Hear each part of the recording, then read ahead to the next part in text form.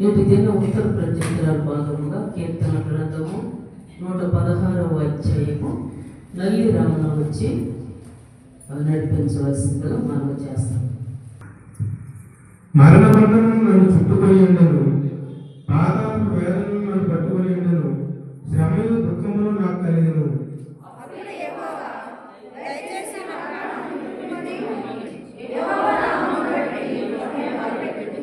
యెహోవా దయాళుడు, నీతిమంతుడు, మన దేవుడు వాత్సల్యత గలవాడు.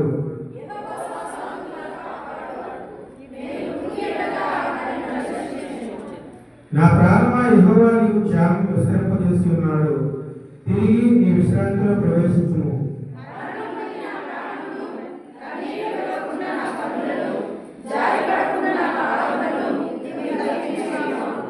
సజీవుల దేశంలో యెహోవా సన్నిధిని నేను కాలం గడుపుతున్నాను.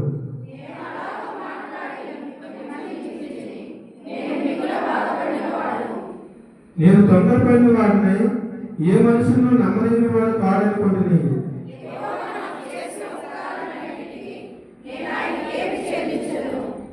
రక్షణ పాత్రను చేతపుచ్చుకొని యెహోవా నామమున ప్రార్థన చేసేదను.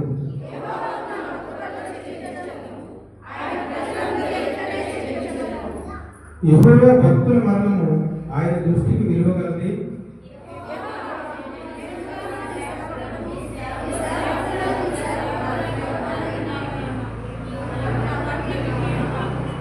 నేను నీ కృతజ్ఞతార్పణ నేర్పించదను, యెహోవా నామమున ప్రార్థన చేసేదను. మన కొరకు ఏర్పాటు చేయబడినటువంటి ధ్యాన భాగముగా లూకా సువార్త 17వ అధ్యాయము 20 నుంచి 27 వచనాలు మనం ధ్యానం చేసుకుందాం. దేవుని రాజ్యం ఎప్పుడు వచ్చినని పరిసయ్యులు యేసు ప్రభువుని అడుగుచున్నారు. దేవుని రాజ్యము ఎప్పుడు వచ్చును? దానికి యేసు ప్రభువు సమాధానం చెప్తున్నారు. ఆయన దేవుని రాజ్యము ప్రత్యక్షముగా రాదు. ఎందుకనగా ఇదిగో దేవుని రాజ్యము మీ మధ్యనే ఉన్నది కనుక ఇదిగో ఎక్కడను అదిగో అక్కడని చెప్ప వీలు పడదని వారికి ఉత్తరం ఇచ్చాను.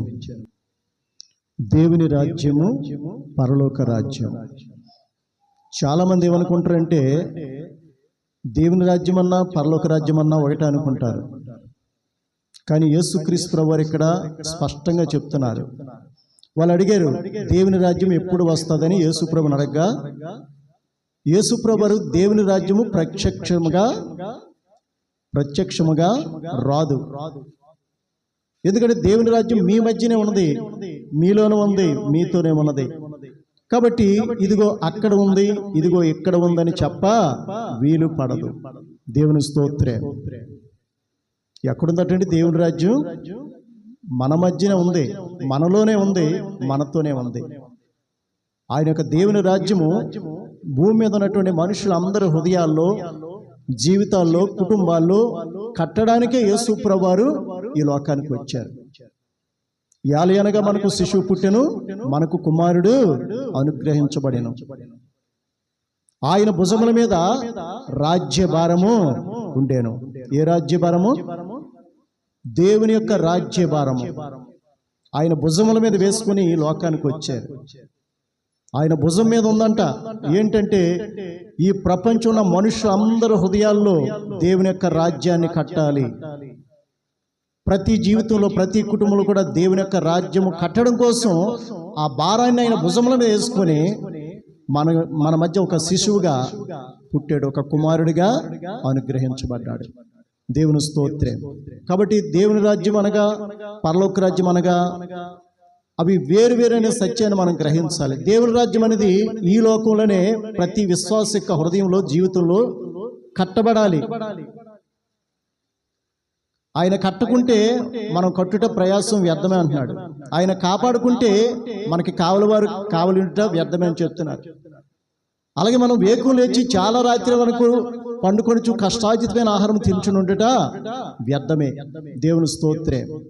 ప్రతి విశ్వాసి, ప్రతి క్రైస్తవుడు, ప్రతి దేవుని బిడ్డ ఏం ఆలోచించాలంటే నేనే దేవునికి రాజ్యాన్ని, నా హృదయమే, నా శరీరమే, నా జీవితమే, నా కుటుంబమే దేవునికి రాజ్యము. కాబట్టి నేను ఆయన చేత కట్టబడ్డానికి ఆయన చేత కాపాడబడ్డానికి, ఆయన చేత సమృద్ధిలోకి నడిపించబడ్డానికి నన్ను నేను సిద్ధం చేసుకోవాలి, నా కుటుంబాన్ని సిద్ధం చేసుకోవాలనే పట్టుదల, పౌరుషం, అత్యాశక్తి లేకపోతే మనం దేవుని నమ్మినా నమ్మకపోయినా సరే ఏమీ ప్రయోజనమేమీ లేదు. కాబట్టి దేవుని రాజ్యం అనేది నీవే, నీ హృదయమే, నీ జీవితమే, నీ కుటుంబమే అనే సత్యాన్ని నువ్వు మర్చిపోకూడదు. దానికి ఎన్నో మనము జీవగ్రంథం నుంచి మనం అనేక మాటలు మనము చూడొచ్చు. దేవుని స్తోత్రం. యోహాను సువార్త 18, యోహాను సువార్త 6వ అధ్యాయము 9-10 వచనాలు ఉంది. ఎవరు తీయక్కర్లేదు, చూడండి. ఏం రాయి ఉంది? పరలోకమందున మా తండ్రి, నీ నామము పరిశుద్ధపరచబడును గాక, నీ రాజ్యము వచ్చును గాక. పరలోక ప్రార్థన. శిష్యులు అడిగారు, ప్రభువా మాకు ప్రార్థన నేర్పించండి అంటే, ఇదిగో మీరు ఈ విధంగా ప్రార్థన చేయండి.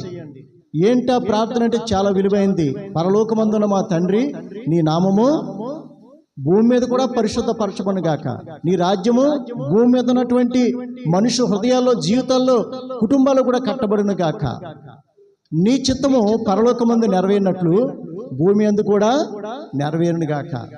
దేవుని స్తోత్రం. ఏంటండి పరలోక రాజ్యంలో ఏం రాయబడి ఉంది? నీ నామము పరలోకం ఎలాగైతే పరిశుద్ధపరచబడుతుందో దేవదూతల ద్వారా, అలాగే భూలోకమందును పరిశుద్ధపరచబడును గాక మనుషుల హృదయాల్లో, జీవితాల్లో. అలాగే నీ రాజ్యము మాకు వచ్చును గాక. ఏంట రాజ్యం అంటే దేవుని రాజ్యము మా హృదయాల్లో, మా జీవితాల్లో, మా కుటుంబాల్లో నీ ద్వారా కట్టబడును గాక. అలాగే నీ చిత్తము పరలోకమందు నెరవేరినట్లు అలాగే భూమి అంతటా, భూమిలో మీద ఉన్న మనుషులందరి హృదయాల్లో, జీవితాల, కుటుంబాల్లో నెరవేరును గాక. దేవుని స్తోత్రం. కాబట్టి దేవుని రాజ్యం ఎక్కడుంది? దేవుని రాజ్యం ఎక్కడుంది? మనలోనే ఉంది, మనతోనే ఉంది, మన వెంటే ఉంది. కాబట్టి నాకు దేవుడు దూరంగా ఉన్నాడా? దేవుడు నన్ను పట్టించుకోవట్లేదా? నువ్వు దేవుని రాజ్యంగా హృదయాన్ని, జీవితాన్ని సమర్పించుకుంటే దేవుని రాజ్యం నీ హృదయంలోనే ఉంటుంది, నీ జీవితం కింద తోడుగుంటుంది, నీ కుటుంబంలో దేవుని రాజ్యం ఉంటుందని సత్యాన్ని ఇక్కడ స్పష్టంగా పరలోక ప్రార్థన ద్వారా ప్రభువైన యేసుక్రీస్తు వారు మనకి నేర్పిస్తున్నారు. కాబట్టి వీళ్ళు అడుగుతున్నారు, దేవుని రాజ్యం ఎప్పుడు వస్తుంది? అది ప్రత్యక్షంగా రాదు, అది మీ మధ్యనే ఉంది, మీతోనే ఉంది, మీలోనే ఉంది. కాబట్టి ఇక్కడ అక్కడ ఉందని చెప్పడానికి వీలు పడదు అంటున్నారు. దేవుని స్తోత్రం. అలాగే దేవుని రాజ్యం ఎటువంటిదటండి? యోహాను సువార్త 18:36 ఉంది, నా రాజ్యము ఈ లోక సంబంధమైనది కాదు. జాగ్రత్త వినండి. దేవుని రాజ్యం అనేది ఈ లోకంలో జీవిస్తున్న మన జీవితంలో మనం అనుభవిస్తున్న జీవితం వంటిది కాదు. దేవుని రాజ్యము ఈ లోక సంబంధమైనది కాదు. నువ్వు దేవుని నమ్ముకుని ఈ లోక సంబంధమైన జీవితం నువ్వు జీవిస్తే నీ హృదయంలో, నీ జీవితంలో దేవుని రాజ్యం కట్టబడదు. కాబట్టి దేవుని రాజ్యము ఈ లోక సంబంధమైనది కాదు. ఒకవేళ అది ఈ లోక సంబంధమైనది అయితే నన్ను బంధిస్తున్నటువంటి ఈ సైనికుల నుంచి నా సేవకులు నన్ను తప్పించేవారు, నా తరపున వారు పోరాడేవారు. కాబట్టి నా రాజ్యం ఈ లోక సంబంధమైనది కాదు. అలాగే చూసినట్లయితే మరి యోహాను 6:15 రాజుగా చేటుకు వారు వచ్చి తనను బలవంతంగా పట్టుకొనబోచున్నారని యేసు ఎరిగి అక్కడి నుంచి మరలా తిరిగి కొండకు వెళ్ళిపోయాను. దేవుని స్తోత్రం. రోమా ప్రభుత్వం మీద తిరుగుబాటు చేసేటటువంటి ప్రజలు ఉన్నారు. అందులో ఇస్కరియోతు యోధా కూడా ఉన్నాడు. రోమా ప్రభుత్వం మీద తిరుగుబాటు చేయాలి, వీళ్ళు మళ్ళీ బాగా అణిచేస్తున్నారు, మనకి స్వాతంత్రం లేకుండా చేస్తున్నారు, స్వేచ్ఛ లేకుండా చేస్తున్నారు. కాబట్టి వీరికి దీటైన వ్యక్తి ఎవరంటే యేసుక్రీస్తు ప్రభువే. ఈయన చేస్తున్న అద్భుత కార్యాలు, సూచక్రియలు, మహత్కార్యాలు, ఈయన ఉన్న శక్తిని, ఈయన ఉన్నటువంటి మహిమను, ఈయన యొక్క ప్రభావాన్ని పొలిటికల్గా మార్చుకుందాం. ఈయన మనం రాజుగా నిలబెట్టేద్దాం ఈ యొక్క దేశంలో. కొంతమంది తిరుగుబాటుతారు యేసుప్రభు దగ్గరికి వచ్చి యేసుప్రభుకి పూలదండలు వేసి, అయ్యా నిన్ను మేము రాజుగా చేయబోతున్నాం, ఈ లోక సంబంధమైన రాజుగా నేను చేయబోతున్నాం, రోమా ప్రభుత్వానికి వ్యతిరేకంగా నిన్ను మేము రాజుగా పెడతాం, మేము మీకు సపోర్ట్ చేస్తాం, కాబట్టి మీరు రాజుగా నిలబడండి అని ఆయన బలవంతం చేయడానికి వచ్చారట. ఆయన పట్టుకొని బలవంతంగా ఆయనకి పూలదండలు వేసి సత్కారం చేసి సింహాసనాసీనుడిగా చేయాలని ప్రయత్నిస్తే అది ఎరిగిన యేసుప్రభు వెంటనే అక్కడి నుంచి తిరిగి మళ్ళా తను ఏకాంతంగా ప్రార్థన చేసుకునే స్థలానికి, అరణ్య ప్రదేశానికి, కొండ ప్రాంతానికి మళ్ళీ తిరిగి వెళ్ళిపోయినట్లుగా చూస్తున్నాం. దేవుని స్తోత్రం. కాబట్టి దేవుని రాజ్యం అనేది నీ హృదయంలోనే ఉంది, నీ జీవితంలోనే ఉంది, నీ కుటుంబంలో ఉంది. నువ్వు రిసీవ్ చేసుకుంటే, నువ్వు అంగీకరిస్తే, నువ్వు ఒప్పుకుంటే నీ హృదయంలోకే దేవుని యొక్క రాజ్యాన్ని కట్టడానికి దేవుడు ఇష్టపడుతున్నాడు. కాబట్టి ఇక్కడ చూసినట్లయితే మరి మత్తయి 6:33లో ఒక మాట ఉంది, కాబట్టి మీరు ఆయన రాజ్యమును, ఆయన నీతిని మొదట వెతుకుడి. ఏం మొదట వెతకాలంట? ఏమి తిందామా, ఏం త్రాగుదామా, ఏం ధరించుకుందామా, ఏం సంపాదించుకుందామా అని ఇది కాదు. కానీ ఇవన్నీ మీకు కావాలని మీ పరలోకపు తండ్రికి ముందే తెలుసు. కాబట్టి అన్యజనులు అయితే వీటి గురించి ఎక్కువగా ఆలోచిస్తారు. కాబట్టి మీరు మొదట ఆయన నీతిని, ఆయన రాజ్యాన్ని మీ హృదయంలో వెతికి ఆయన ద్వారా మీరు కట్టబడండి అని వాక్యం స్పష్టంగా సెలవిస్తుంది. దేవుని స్తోత్రం. ఎలా కట్టుకోవాలి? ఆయన నీతిని, ఆయన రాజ్యాన్ని వెతకాలట. కానీ మనం ఎక్కువ సమయం దేనికి ఇస్తుంటాం? ఏం తిందామా, ఏం త్రాగుదామా, ఏం ధరించుకుందామా, ఏం సంపాదిద్దామా, ఇహలోక సంబంధమైన ఐహిక విచారాలు, ధనాపేక్షతో, ధనమోసంతో, శరీర కోరికలతో, శరీర ఇచ్చలతో, శరీర దురాశలతోనే మన సమయం అంతా గడిచిపోతుంది. కాబట్టి ప్రభు అంటాడు, ఇవన్నీ మీకు కావాలని మీ పరలోకపు తండ్రికి ముందుగానే తెలుసు. కాబట్టి మీరు మొదట ఆయన నీతిని, ఆయన రాజ్యాన్ని మీ హృదయంలో జాగ్రత్తగా వెతకండి. అప్పుడు అవన్నీ కూడా మీకు సమృద్ధిగా అనుగ్రహించబడతాయి అని దేవుని యొక్క వాక్యము స్పష్టంగా ప్రభు ద్వారా మాట్లాడుతుంది. దేవుని స్తోత్రం. అయితే ఎలాగా దేవుని రాజ్యాన్ని మనము చూడాలి, ఎలా పొందాలి? యోహాను సువార్త 3:3 నికోదేము అనేటటువంటి ఒక వ్యక్తి రాత్రిపూట వచ్చాడట. రాత్రిపూట వచ్చి, అయ్యా, నీవు దేవుని వద్ద నుంచి వచ్చిన మనుషుడు అని మాకు తెలుసు. దేవుడు అక్కడికి తోడే ఉంటే గానీ నీవు చేస్తున్న కార్యాలు ఎవ్వరూ చేయలేరు. అప్పుడు యేసుప్రభు డైరెక్ట్గా మాట్లాడుతున్నారు. రహస్యంగా వచ్చాడు, మంచి విశ్వాసం ఉంది, నువ్వు దేవుని దగ్గర నుంచి వచ్చిన మనుషుడు అని మేము ఎరుగుదాం అంటున్నాడు. నీకు దేవుడు తోడే ఉండబట్టి నువ్వు ఇంత అద్భుత కార్యాలు, సూచకలు, మహత్కారాలు చేయగలుగుతున్నావు అని చెప్తున్నాడు. అప్పుడు యేసుప్రభు వారు అతని పొగడ్తలను పక్కన పెట్టి చెప్తున్నారు, ఒకడు క్రొత్తగా జన్మించితే గాని దేవుని రాజ్యమును అతని జీవితంలో చూడలేడని నీతో నిశ్చయముగా చెప్పుచున్నాను. దేవుని రాజ్యం మొదట చూడాలంటే ఏ క్రియ జరగాలంట? మనలో ఒకడు క్రొత్తగా జన్మించితేనే గాని దేవుని రాజ్యాన్ని అసలు చూడలేడు.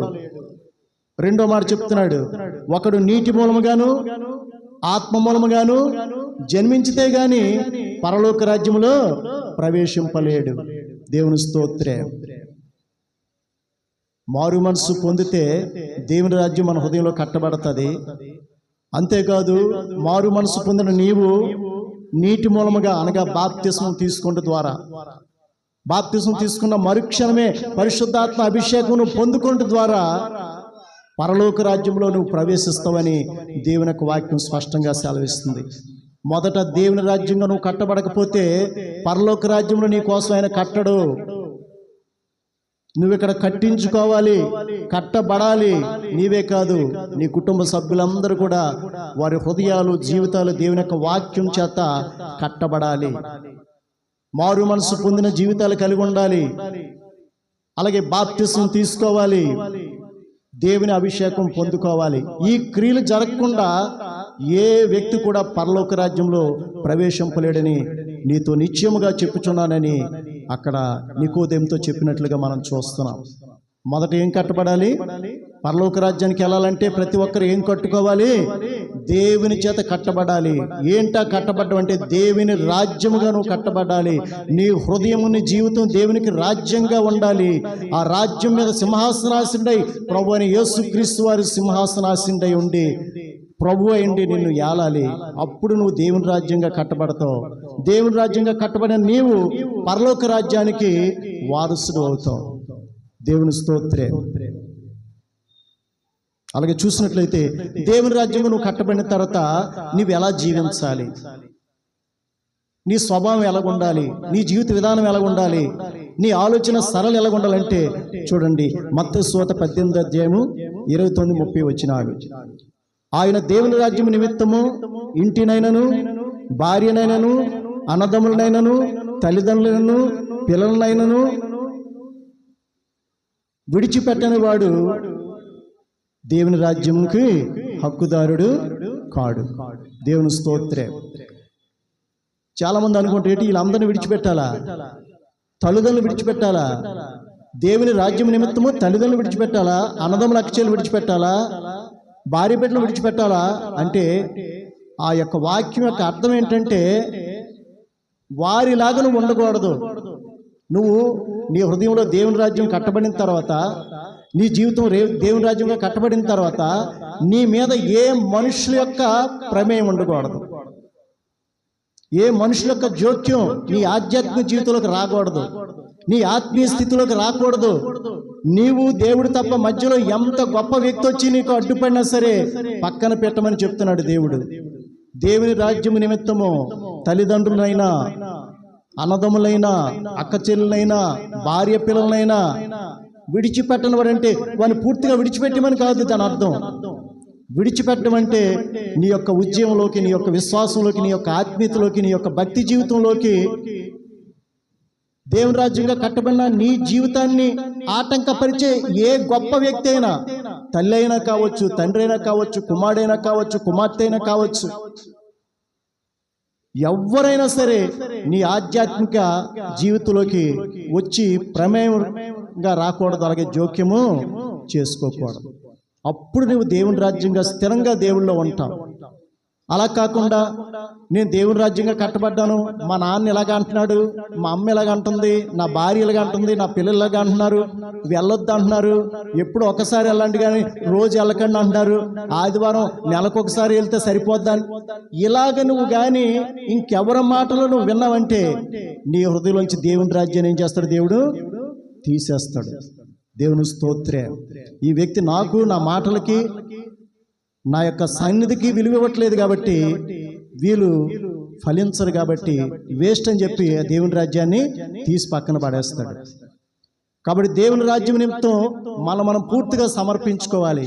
మన హృదయం, మనస్సు, శరీరం, జీవితం, మన ఆలోచన విధానము, మన జీవిత విధానం పూర్తిగా ప్రత్యేకంగా వారిలోంచి ప్రత్యేకపడిన వారుగా, వారిలోంచి ఏర్పాటు చేయబడిన వ్యక్తిగా, దేవుని కోసం నియమించబడిన వ్యక్తిగా నువ్వు జీవించినప్పుడు దేవుని రాజ్యం స్థిరంగా నీలో నిలుచుంటుంది. దేవుని స్తోత్రం. అలాగే చూసినట్లయితే లూకా సువార్త 9:27 అక్కడ బోధించారు. చాలా మంది జనాలు అక్కడ ఉన్నారు. వారి గురించి ఆయన సాక్ష్యం ఇస్తాడు. ఇదిగో ఇక్కడ నిలిచి ఉన్న వారిలో కొందరు దేవుని రాజ్యాన్ని చూచేటంత వరకు మరణమును రుచి చూడరు. దేవుని స్తోత్రం. ఏంటంటున్నారు అక్కడున్న కొంతమంది ఆయన బోధ విన్నటువంటి వారిలో, అక్కడ కూడి ఉన్న జనాల్లో చూసి అన్నాడు, ఇదిగో ఇక్కడున్న కొంతమంది దేవుని రాజ్యము చూచు వరకు మరణమును చూడరని నేను మీతో నిశ్చయముగా చెప్తాను. చూడండి, నిశ్చయంగా చెప్తున్నాను అంటున్నాడు. ఏంటి, అక్కడ ఉన్న వారిలో కొంతమంది దేవుని రాజ్యాన్ని చూడకుండా మరణాన్ని రుచి చూడరా? ఏంటైతే దేవుని రాజ్యం అంటే పరలోక రాజ్యం గురించి చెప్పట్లేదు. ఆయన ఉద్దేశం ఏంటంటే, ఇదిగో ఇక్కడ నా బోధ విన్నవారిలో కొంతమంది వారి హృదయంలో దేవుని రాజ్యం కట్టబడబోతుంది త్వరలో. వారి హృదయంలో దేవుని రాజ్యం కట్టబడేటంత వరకు కూడా వారు మారు మనసు పొంది, రక్షణ పొంది ఆ నిత్యజీవలోకానికి వారసులయ్యే ఆ పరిస్థితి వచ్చేటంత వరకు కూడా వారు మరణాన్ని రుచి చూడరని మీతో నిశ్చయముగా చెప్పుచున్నాను. అంటే దేవుని రాజ్యం అనేది పరలోక రాజ్యమా, భూమి మీద మనుషుల్లో కట్టబడి రాజ్యం అనేది ఇక్కడ మనకి రుజువుగా ఉంది. దేవుని స్తోత్రం. ఒకవేళ పరలోక రాజ్యం అయితే అలేనా దేవుళ్ళ మరణం రుచి చూడరా? దేవుని రాజ్యం చూచేటంత వరకు, దేవుని రాజ్యం పొందేటంత వరకు వీరు మరణం రుచి చూడరంటే పరలోక రాజ్యం గురించి చెప్పట్లేదు. మన హృదయాల్లో కట్టబడే దేవుని రాజ్యం గురించి ఆయన స్పష్టంగా అక్కడ చెప్తున్నట్లుగా మనము అర్థం చేసుకోవాలి. దేవుని స్తోత్రం. అలాగే మత్తయి సువార్త 21:31 చూసినట్లయితే మరి మనము ఒక వారం ధ్యానం చేస్తాం ఇద్దరు కుమారుల గురించి. పరిసయ్యులు అడుగుతున్నారు, ఈ ఇద్దరిలో ఎవరు తండ్రి చిత్తాన్ని, తండ్రి ఇష్టాన్ని నెరవేర్చిన వారు, ఎవరు తండ్రి మాట విన్నవారంటే వారు అంటున్నారు మొదటివాడే అన్నారు. మొదటివాడే. వాడు వెళ్ళనని చెప్పాడు, కానీ మనసు మార్చుకొని వెళ్ళాడు. అప్పుడు వారి వైపు తిరిగి సుంకరులను, వేశ్యలను మీకంటే ముందుగా దేవుని రాజ్యములో ప్రవేశించదు కానీ మీతో నిశ్చయముగా చెప్పుచున్నాను. సుంకరులు, వేశ్యలు మీకంటే ముందుగా, శాస్త్రులు, పరిసయ్యుల కంటే, ప్రధాన యాజకుల కంటే, సద్దూకల కంటే మీకంటే ముందుగా సుంకరులను, వేశ్యలను దేవుని రాజ్యములో ప్రవేశిస్తారని మీతో నిశ్చయముగా చెప్పుచున్నాను. సుంకరులు, వేశ్యలు వారి హృదయాల్లో దేవుని రాజ్యం కట్టబడతారు. వారు నిజంగా పరలోక రాజ్యానికి వారసులు. మీరు బోధించేవారిగా ఉన్నారు, గద్దించేవారిగా ఉన్నారు, హెచ్చరించేవారిగా ఉన్నారు, అన్ని విధాలా మీరు నాయకులుగా ఉన్నారు. కానీ మీకంటే దేవునికి దూరంగా, దేవుని సన్నిధికి దూరంగా జీవిస్తున్నటువంటి అపవిత్రులుగా ఉన్న వారే వాక్యం ద్వారా మరలు కొల్పబడి మారు మనసు పొంది రక్షణ పొంది మీకంటే ముందుగా దేవుని రాజ్యాన్ని వారి హృదయాల్లో కట్టుకుంటారని స్పష్టంగా సెలవిస్తున్నారు. దేవుని స్తోత్రం అని చెప్తూ మత్తయి 21:31 అంటున్నారు, 21:43 అంటున్నారు, కాబట్టి దేవుని రాజ్యము మీ యొద్ద నుండి తొలగింపబడి, కాబట్టి దేవుని రాజ్యము మీ యొద్ద నుండి తొలగింపబడి దాని ఫలమిచ్చు జనులకు ఇయ్యబడును అని మీతో చెప్పుచున్నాను. శాస్త్రుల పరిశీలన చూసి ఏమంటారండి, కాబట్టి దేవుని రాజ్యము మీ యొద్ద నుండి తొలగింపబడుతుంది, మీ యొద్ద నుండి తీసివేయబడుతుంది, దాని ఫలమిచ్చే జనులకు అది ఇయ్యబడుతుంది. దేవుని స్తోత్రం. దేవుని రాజ్యంగా మన హృదయం కట్టబడిందా? మన జీవితం మనం మార్చుకున్నామా? వాక్యం ద్వారా దేవుని చేత మనం కట్టబడుచున్నామా? రూపుదిద్దబడుతున్నామా? మరల్చబడుతున్నామా? మార్చబడుతున్నాం అనే సత్యాన్ని మనం ఎప్పుడు కూడా మర్చిపోకూడదు. కాబట్టి దేవుని రాజ్యం అనేది నీ జీవితంలో చాలా ప్రాముఖ్యమైనటువంటి అంశం. నువ్వు దేవుని రాజ్యంగా కట్టబడకపోతే, అంటే దాని ముఖ్య ఉద్దేశం అంటే నీ హృదయము, నీ మనస్సు, నీ శరీరము, నీ ఆలోచన, తలంపు సమస్తము కూడా దేవునికే నువ్వు సమర్పించుకొని ఆయన రాజ్యంగా మారే స్థితిలో నువ్వు మారేటంత వరకు కూడా నీ హృదయంలో దేవుని రాజ్యము కట్టబడదు. మన హృదయానికి, మన శరీరానికి, మన జీవితానికి, మన కుటుంబానికి ఆయనకి రాజ్యంగా మనం మార్చబడాలి. అలాగే ఆయన రాజుగా ఉండి మనల్ని పరిపాలించాలి. ఆయన చిత్త ప్రకారంగా, ఆయన ఇష్ట ప్రకారంగా, ఆయన ప్రణాళిక, ఆయన ఉద్దేశ ప్రకారంగానే మనం జీవించాలి. అలా జీవిస్తున్నప్పుడు ఇంకా కడతాడు, ఇంకా కడతాడు, ఇంకా కడతాడు. ఆయన కడుతూనే ఉంటాడు. దేవుని స్తోత్రం. ప్రభు చెప్తున్నాడు కదా, నా తండ్రి అంట అనేక నివాసములు కలవు, లేని ఎడల నేను మీతో చెప్పుతాను.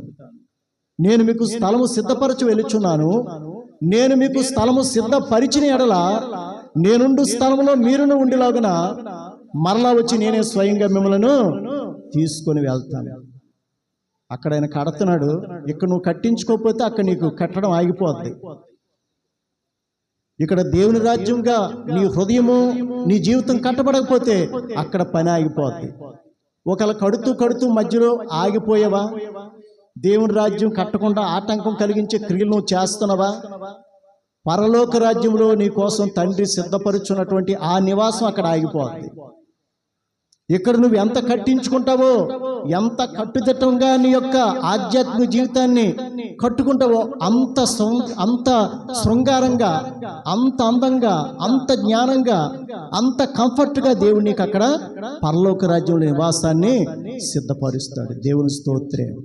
నా తండ్రి అంటే అనేక నివాసాలు కలవంటున్నాడు. అనేక నివాసాలు అంటే ఎక్కువ నివాసాలా, లేదా అనేక రకాల నివాసాలా? అందరి విశ్వాసం ఒకటేనా? అందరి ఉద్యమం ఒకటేనా? అందరి భక్తి జీవితం ఒకటేనా? అందరి ప్రార్థన ఒకటేనా? కాదు. కాబట్టి అనేక నివాసాలంటే అనేక నివాసాలు ఉండొచ్చు.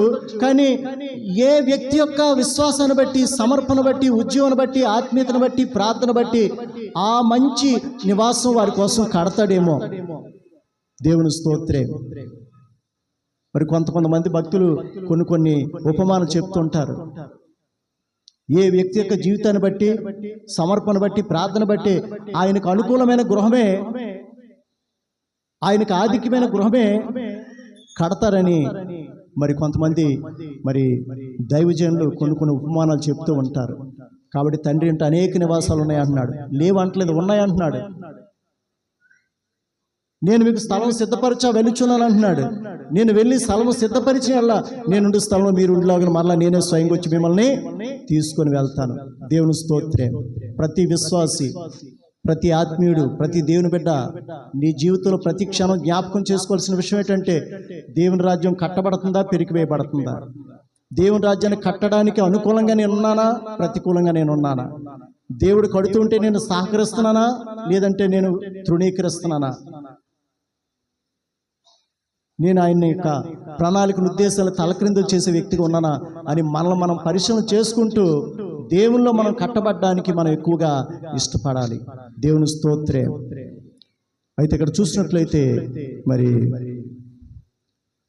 లూకా సువార్త 23వ అధ్యాయంలో ఒక వ్యక్తి కుడివైపున శిలువ మీద వేలాడుతూ, కుడివైపున శిలువ మీద ఉన్న దొంగ అంటున్నాడు, యేసు నీ రాజ్యంలోనికి నువ్వు వచ్చినప్పుడు నన్ను ఒక్కసారి జ్ఞాపకం చేసుకోగలవా?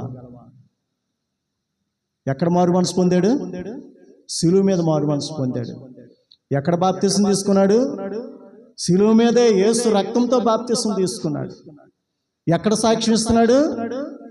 శిలువ మీద సాక్ష్యం ఇస్తున్నాడు. ఎక్కడ దేవుడని ఒప్పుకున్నాడంటే శిలువ మీదే. చివరి గడియలు, కొన్ని గంటలు ప్రభు చనిపోతారు, వారు చనిపోతారు. చూడండి ఎంత గొప్ప భాగ్యమో.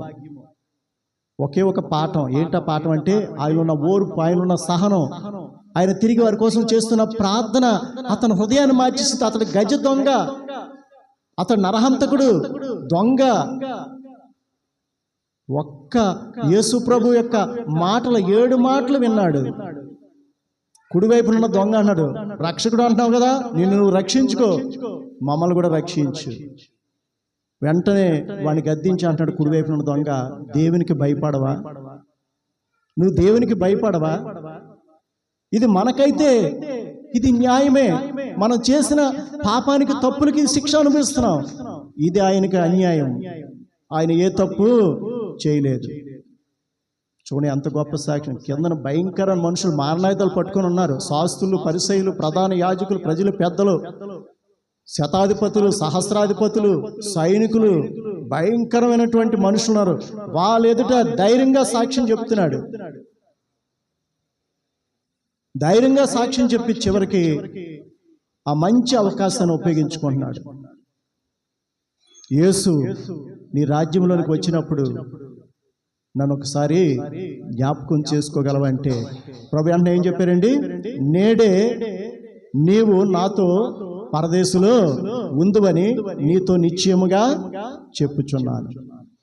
నేడే నీవు నాతో పరదేశంలో ఉందువని నీతో నిశ్చయముగా చెప్తున్నా. ఎంత గొప్ప భాగ్యం అండి, ఎంత గొప్ప ఆధిక్యత. ఆయన పరిశుద్ధుడు, ఈయనేమో దొంగ. ఆయన నీతిమంతుడు, ఈయన అన్యాయస్తుడు, అక్రమకారుడు. కానీ ఏంటి, అంత ప్రభువును ఆకర్షించుకొని అతనికి దేవుని రాజ్యం ఇచ్చి పరలోక రాజ్యంలో పాలు పంపులు పొందడానికి, పరదేశంలో తనతో పాటు అడుగులో అడుగు వేసుకొని రావడానికి ఏంటి అతనిలో ఉన్న గొప్పతనం ఏంటంటే, అతడు వెంటనే మనసు మార్చుకున్నాడు, వెంటనే పశ్చాత్తాపడ్డాడు, పాపని ఒప్పుకున్నాడు, ఆయన దేవుడని అంగీకరించాడు, ఎదుటివాడిని గద్దిస్తున్నాడు, సాక్ష్యం ఇచ్చాడు, నోరు తెరిచి ప్రభువుని అడుగుతున్నాడు. వెంటనే ప్రభు, నేడే నువ్వు నాతో కూడా పరదేశంలో ఉందువని నీతో నిశ్చయముగా చెప్పుచున్నాను. ఎక్కడ కట్టబడ్డాడు? ఎక్కడ కట్టబడిందండి ఆయన హృదయంలో దేవుని రాజ్యం? సిలువలో. దేవుని స్తోత్రం. సిలువలో మారు మనసు పొందాడు, సిలువలో రక్షణ పొందాడు, సిలువలో దేవుని రాజ్యం కట్టబడింది. కాబట్టి పరలోక రాజ్యంలో పేరు నమోదైంది.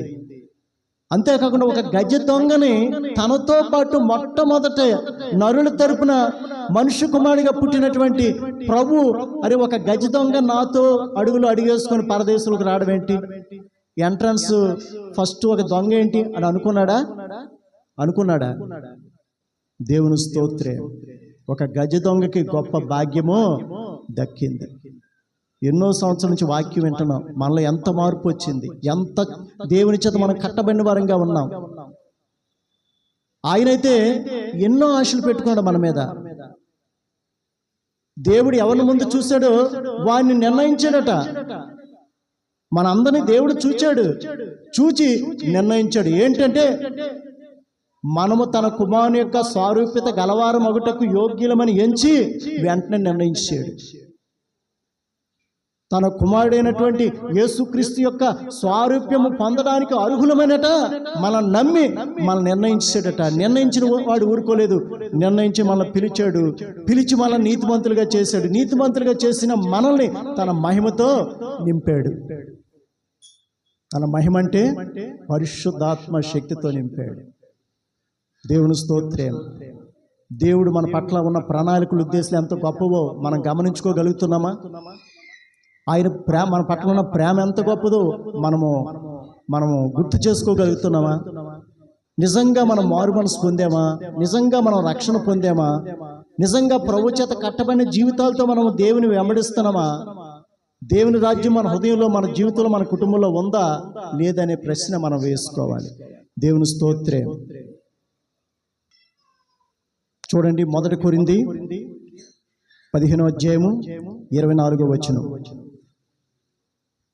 అటు తర్వాత ప్రభు ఏం చేస్తారట? సమస్తమైన ఆధిపత్యమును, సమస్తమైనటువంటి అధికారాన్ని, సమస్తమైన బలమును కొట్టివేసి తన తండ్రి అయిన దేవునికి ఈ రాజ్యం అంతా అప్పగిస్తాడట. ఎవరెవరి హృదయాల్లో దేవుని రాజ్యం కట్టబడిందో, ఏ సంఘాల్లో ఆయన మందిరం కట్టబడిందో, హృదయంలో మందిరం, ఆయన మందిరం కట్టబడిందో, ఎవరెవరు దేవునికి ఒక మందిరంగా, ఒక ఆలయంగా, ఒక నివాసయోగ్యంగా దేవుని రాజ్యంగా కట్టబడారు, ఆ రాజ్యంలో ఉన్న ప్రతి ఒక్కరిని తండ్రికి అప్పగిస్తాడట. అటు తర్వాత భూలోకం అంతా స్మాష్, అంతమైపోద్దట. దేవుని స్తోత్రం. నీ హృదయంలో దేవుని రాజ్యం కట్టబడిందా? నీ హృదయంలో దేవుని రాజ్యం కట్టబడిందా? మన హృదయాల్లో దేవుని రాజ్యం కట్టబడిందా? యేసు ప్రభువు ఎంతో కన్నీరు కారుస్తూ ఏడుస్తూ ఈ మాట చెప్తున్నారు. దేవుని రాజ్యం కట్టడం కోసం నేను పరలోక రాజ్యాన్ని విడిచిపెట్టి వచ్చాను, బంగారు సింహాసనాన్ని విడిచిపెట్టాను, మనుషుల పోలిక పుట్టి దాసుని స్వరూపం ధరించుకొని నన్ను నేను రిక్తినిగా చేసుకున్నాను, మరణం పొందినంతగా, శిలువ మరణం పొందినంతగా నన్ను నేను తగ్గించుకున్నాను. మీ హృదయాల్లో దేవుని రాజ్యం కట్టడానికి నేను ఎంతో ప్రయాసపడుతున్నాను, ఎంతో శాయశక్తిలో ప్రయత్నిస్తున్నాను. కానీ నక్కలకు బొరియలున్నవి, ఆకాశ పక్షులకు గూళ్ళున్నవి, మనుష్య కుమారునికి తలవాల్చుకుంటకైనను స్థలము లేదు. దేవుని స్తోత్రం. స్థలం లేకుండా చేస్తుంది ఎవరండి? ఎవరికి మనం స్థలం ఇస్తున్నాం? లోకాన్ని, ప్రపంచాన్ని తల్ల క్రిందులు చేస్తూ సర్వనాశనం చేస్తున్నటువంటి, మనకి కష్టాలు పాలు చేసి, రోగాలు పాలు చేసి, అప్పులు పాలు చేసి, మరణానికి మనం ప్రేరేపిస్తున్నటువంటి, కృంగతీస్తున్నటువంటి, దుర్మార్గుడైనటువంటి, దుష్టుడైనటువంటి, దొంగ అయినటువంటి, దోచుకునేవాడైనటువంటి, నాశనం చేసేటటువంటి, హత్య చేసి నేను భూమి మీద లేకుండా చేసేటటువంటి వాడికి మనం ఎక్కువ స్థలం ఇస్తున్నాము, స్థానం ఇస్తున్నాము, ఆధిక్యత ఇస్తున్నాము, సమయం ఇస్తున్నాము. లోకాన్ని మన కోసం సృష్టించాడు, మనల్ని తన కోసం సృష్టించుకున్నాడు. ఆ దేవునికి నీ హృదయంలో ఎంత స్థలం ఇస్తున్నావు, ఎంత స్థానం ఇస్తున్నావు, ఎంత ఆధిక్యత ఇస్తున్నావు, ఎంత సమయం ఇస్తున్నావు అనేది, వీటన్నిటికీ ఒక దినాన్న తీర్పు ఉంటుంది. ఈ సత్యాన్ని మనం ఇప్పుడు కూడా మర్చిపోకూడదు. ఎందుకనగా తాను చేసిన క్రియలు చొప్పున, ఈ దేహముతో జరిగించిన క్రియలు చొప్పున ప్రతివాడు వాని క్రియల యొక్క ఫలం పొందడానికి మనం అందరం కూడా క్రీస్తు న్యాయపీఠం మీదట ప్రత్యక్షము కావలసి ఉన్నది. దేవుని స్తోత్రం. ఈ లోకంలో ఉన్న, లోకాన్ని విడిచిపెట్టిన ఒక దినాన మళ్ళా తిరిగి మనల్ని లేపి తన ముందు నిలబెట్టుకొని, ఆయన బిడ్డలుగా ఉంటే ప్రశంసింపబడతాం, ఆయన బిడ్డలుగా ఉంటే కొనియాడబడతాం, ఆయన బిడ్డలుగా ఉంటే ఆయనే మనకి విందు చేస్తాడు, ఆయనే మన పరలోక రాజ్యానికి తీసుకొని వెళ్తాడు. ఆయనకు శత్రులుగా, సాతానికి ఇష్టలుగా ప్రియులుగా ఉన్నట్లయితే ఎడమవైపున ఉన్నటువంటి మేకల్లో శప్పింపబడిన వారిగా ఉంటాం, ప్రభు చేత గసిరివేయబడి, గెంటి వేయబడిన వారిగా ఉంటాం. కాబట్టి ఈ లోకంలో దేవుని రాజ్యం అనేది చాలా ప్రాముఖ్యమైనది.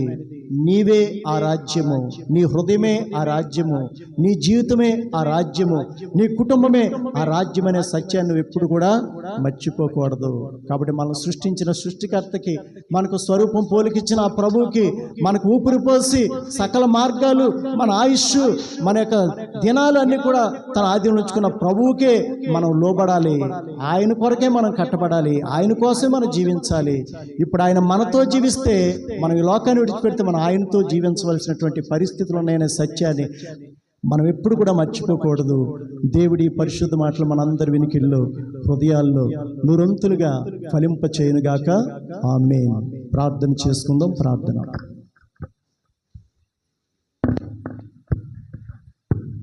ప్రార్థన చేసుకుందాం. పరిశుద్ధుడైన మా ప్రభువా, మీకు వందనాలు, స్తుతులు, స్తోత్రములు, స్తోత్రములు, స్తోత్రములు, స్తోత్రములు, స్తోత్రములు దేవా.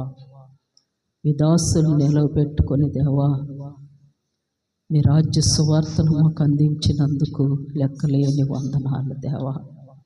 మీ రాజ్యాన్ని మేము భూమి మీద ఉన్నప్పుడే మా హృదయములో, మా జీవితంలో మేము కట్టుకుంటేనే మీ రాజ్యానికి యోగ్యులము, అర్హులము దేవా.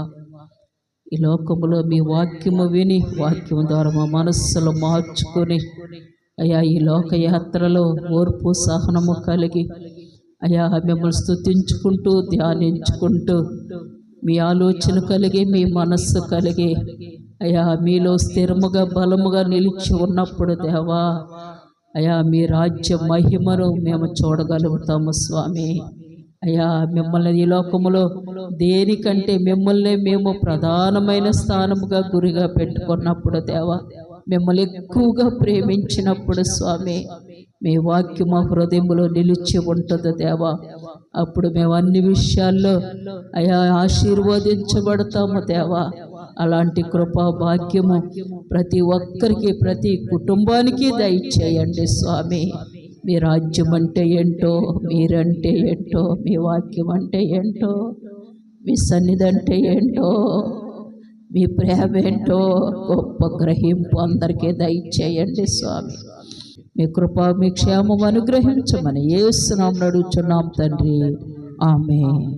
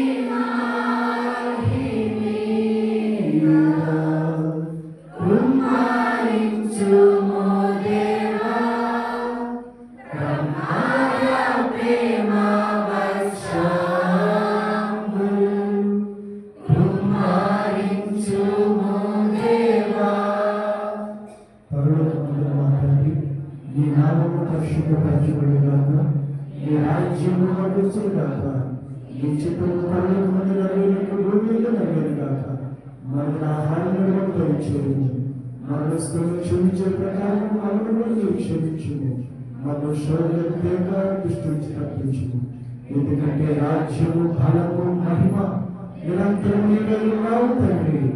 ఆమేన్. యెహోవా మిమ్మల్ని ఆశీర్వదించి మిమ్మల్ని కాపాడును గాక.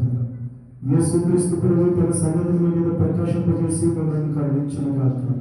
పరిశుద్ధాత్మ దేవుడు తన సన్నిధిని మీద ఉదయింపజేసి మీకు సమాధానము కలుగు చేయను గాక. ఆమేన్. ఆమేన్.